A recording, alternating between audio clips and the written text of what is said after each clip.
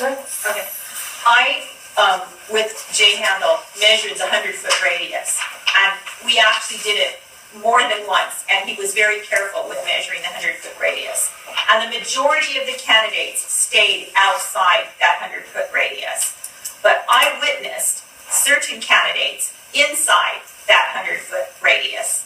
I was not inside the building, so on the walkway inside the 100-foot radius. I'm not talking about inside the building because I was outside the 100-foot radius, so I couldn't see what happened inside the walls. I saw other candidates inside the 100-foot radius, well within 25 and 40 feet, one of them being Patrice Berlin, in that 100-foot radius. Either the 100-foot, we all have to stand outside the 100-foot radius, or we don't.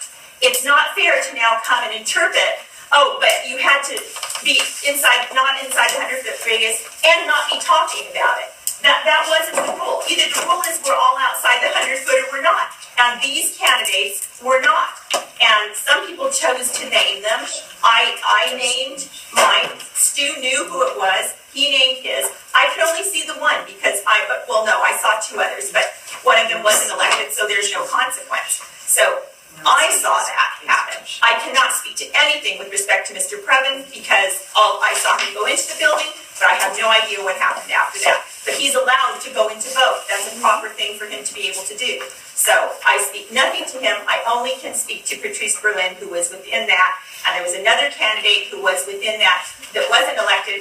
And Patrick Lewis is the other candidate who was within that 100-foot radius more than one time.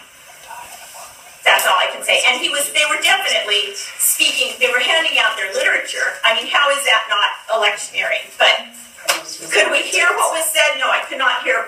Standing dutifully outside my 100-foot radius, I could not hear. And there was no monitor outside. And there was no monitor. And I did complain about this, I did complain about this to our IEA who was doing the curbside voting. And he did address it with the candidate on 2 occasions. And he did tell me that he had addressed it with the candidate. So that's what happened.